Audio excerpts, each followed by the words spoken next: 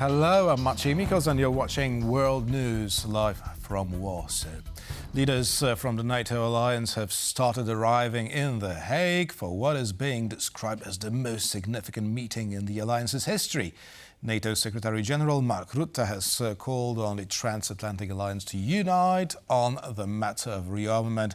He added, quote, "It is simply unthinkable that Russia, with an economy 25 times smaller than NATO's, should be able to outproduce and outgun the alliance." There's no defense without a strong defense industry. And there's no European security without a strong transatlantic bond. So we need to bring down barriers and encourage truly transatlantic defense cooperation. Only Europe and North America together can rise up and meet the challenge. But we need to do more, we need to do it better and together, and we need to do it now. It is simply unthinkable that Russia, with an economy 25 times smaller than NATO's, should be able to outproduce and outgun us. We must spend more to prevent war. We must win this new war of production. That's what this summit is all about. My wonderful colleagues at Ukrainian President Volodymyr Zelenskyy has confirmed plans to meet with US President Donald Trump during the NATO Summit in The Hague. Well, the exact timing and format of the talks are still being finalized. Discussions could begin as early as today. Zelenskyy said the meeting will focus on critical issues, including US security assistance to Ukraine, future military and political cooperation, and Washington's role in defending Ukraine. Although Zelenskyy won't participate in the summit's main discussions, NATO Secretary General Mark Rutte emphasized that Ukraine will still have the alliance's full attention, especially as the summit unfolds against the backdrop of the escalating conflict between Israel and Iran. Obstacles and restrictions must be lifted as soon as possible, said Turkish President Recep Tayyip Erdoğan before departing for the NATO Summit in The Hague. The Turkish leader was referring to the need to ease defense trade between NATO allies to ensure security in fragile regions. We do not find it right to impose obstacles to trade in defense products between allies. These obstacles and restrictions must be lifted as soon as possible, without any ifs or buts. We will explain our efforts to end the war through diplomacy without prejudicing our responsibilities towards the alliance. We appreciate and sincerely support any effort that will ensure a ceasefire between Iran and Israel in the region and then pave the way for permanent peace. It is imperative that global actors take effective measures to put an end to this madness. Russia launched another missile and Shahed drone attack against Ukrainian civilians in Dnipro and its surrounding region on Tuesday. The current civilian death toll in the region is 9 people, according to the latest reports. Dnipro's mayor, Boris Filatov, reported major destruction in civilian infrastructure, including schools, kindergartens and medical facilities. Around 70 people were wounded, according to the local military administration. First the ceiling fell and then everything else. Everything is destroyed. Everything got hit. The refrigerator, the ceiling, there is nothing there anymore. The nearby town of Samar was also struck, leaving 2 people dead and 9 wounded. It was also reported that a passenger train traveling from Odessa to Zaporizhia was also hit. All passengers sustained injuries. The route is popular and very regularly used among Ukrainians, with the train carrying hundreds of people. More than 70 rescuers and 17 emergency units from the State Emergency Service are still working at the strike sites, according to local media reports. The US president has accused both Israel and Iran of breaking the ceasefire he announced hours earlier. Speaking to reporters before leaving for the NATO summit in The Hague, Trump said he was not happy with either country, especially Israel, which, quote, unloaded right after agreeing to the deal.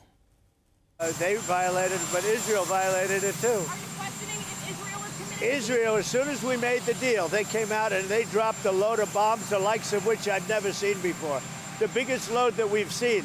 I'm not happy with Israel. You know, when I say, okay, now you have 12 hours, you don't go out in the first hour and just drop everything you have on them. So I'm not happy with them. I'm not happy with Iran either. But I'm really unhappy if Israel's going out this morning because the one rocket that didn't land, that was shot, perhaps by mistake, that didn't land. I'm not happy about that. You know what? We basically have two countries that have been fighting so long and so hard that they don't know what the fuck they're doing. Do you understand that? The security of Polish soldiers stationed in Iraq, Lebanon and Turkey is being continuously monitored, Polish Defence Minister Władysław Kosiniak-Kamysz said following a National Security Council briefing on Tuesday.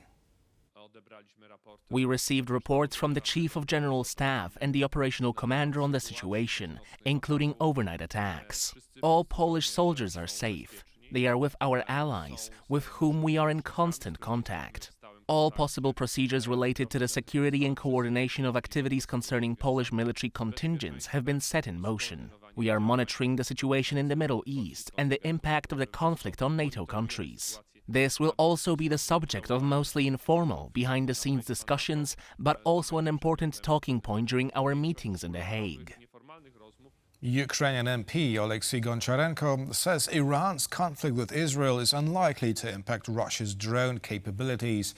Russia has been sending swarms of drones each day at Ukraine, and Goncharenko says Ukrainians should not expect that to change anytime soon.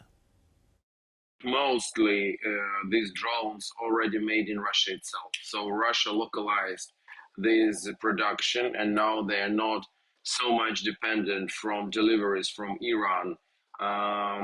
So Russia produces these drones themselves. Maybe some of parts are still short in Russia and they need it from Iran, but it's not very significant. So unfortunately here I can't say that after these last bombings of Iran that we in Ukraine hope that the number of drones which attack Ukraine every day will decrease. Unfortunately, I don't think so. So it's not something we should wait for. A group of 100 Nobel Prize laureates has urged Estonia, Latvia, Lithuania, Poland and Finland to reverse the decision to leave the Ottawa Convention, which bans anti-personnel landmines. The signatories, including former Polish President Lech Wałęsa and the Dalai Lama, described landmines as weapons with effects that are far more harmful than any war benefit.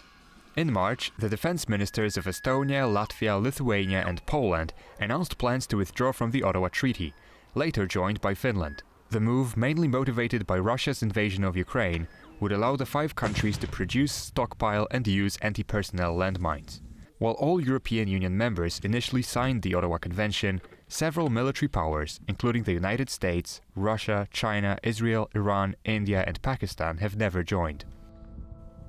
The head of the Middle East Department of Caritas Poland has called on the international community to donate funds to victims of the recent suicide bombing in the Mar Elias Church in Damascus, Syria. The attack killed 25 people, wounded at least 50 others and destroyed the temple. Last Sunday in Damascus, a suicide bombing took place at the Mar Elias Church during a mass. 25 people were killed, over 50 others were wounded. The identification of the victims' bodies is still taking place. This is why Caritas is launching an emergency aid fundraiser for the victims of the bombing. Christians have been repressed and persecuted for years, but last Sunday's events have resurrected the trauma from the past few years. And that would be all the news for now. The bottom line is coming up next.